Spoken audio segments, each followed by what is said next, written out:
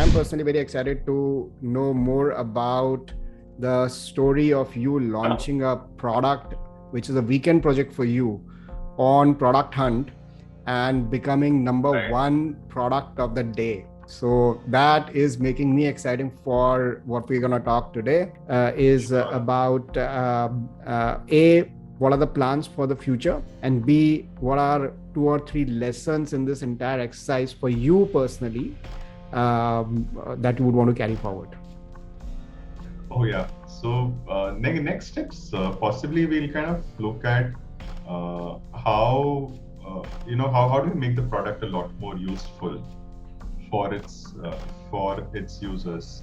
So right now we're still evaluating, seeing how users engage with the product, and so it's also about trying to launch on some other platforms and seeing, let's say Product Hunt was one of a kind of a success, or do we see similar traction on other platforms?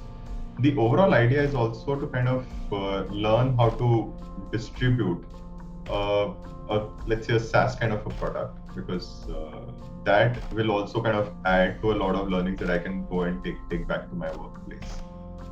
So clearly looking at optimizing the product and figuring out new ways of distribution, trying them. So because it's our own product, the downsides are very low, the upsides are very high in terms of learnings of how do we distribute and drive traffic. So it's going to become a nice lab where we will do a lot of our experiments and see where it takes us.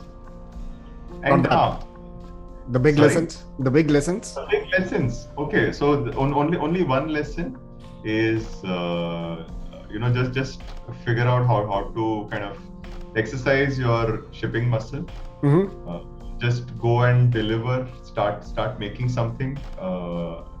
One can learn a lot only by making and shipping products, because it's very easy to kind of just read and get caught in that kind of vicious cycle where you read and you feel, okay, fine, I need to know more.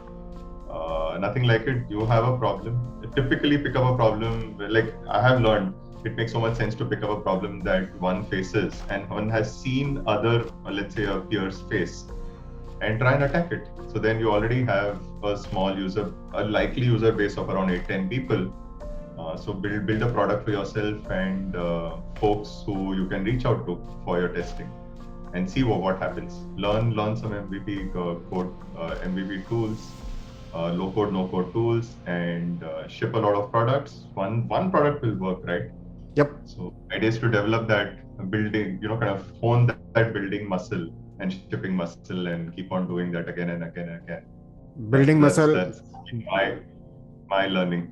Building muscle and shipping muscle. I love it. And I think I'll also take away that lesson. I think I have kind of shied away from the building part as a consultant, because this seems like a very tech focused kind of work, but the way you have described is very much possible by the low code, no code tools. And if I look at how the world is changing in case of consulting and coaching as well, I think just 2-3 years back, I was reading a tweet which was about McKinsey, how someone said that McKinsey is a software company with probably $100 million ARR in just SaaS. There's more about it, but that's a separate discussion. But I think that's where the world is, where in case of coaching and consulting as well, I do see the real need to have products and use those products or use those tools to make consulting or coaching even more powerful. So I can see no reason why a consultant like me should also have the same goal like what you said. Create or strengthen the building muscle and shipping muscle, have these micro tools probably as a starting point that could be done in few weeks, so that could be the starting point, and then something will click, and that's how I will also figure out. Make those tools, give it to folks to try it, help people, and eventually kind of some of that good karma is going to come back. So get into the tool creation business. Yep. And help people. I totally agree. Thank you so much, Madan. That's a lovely discussion.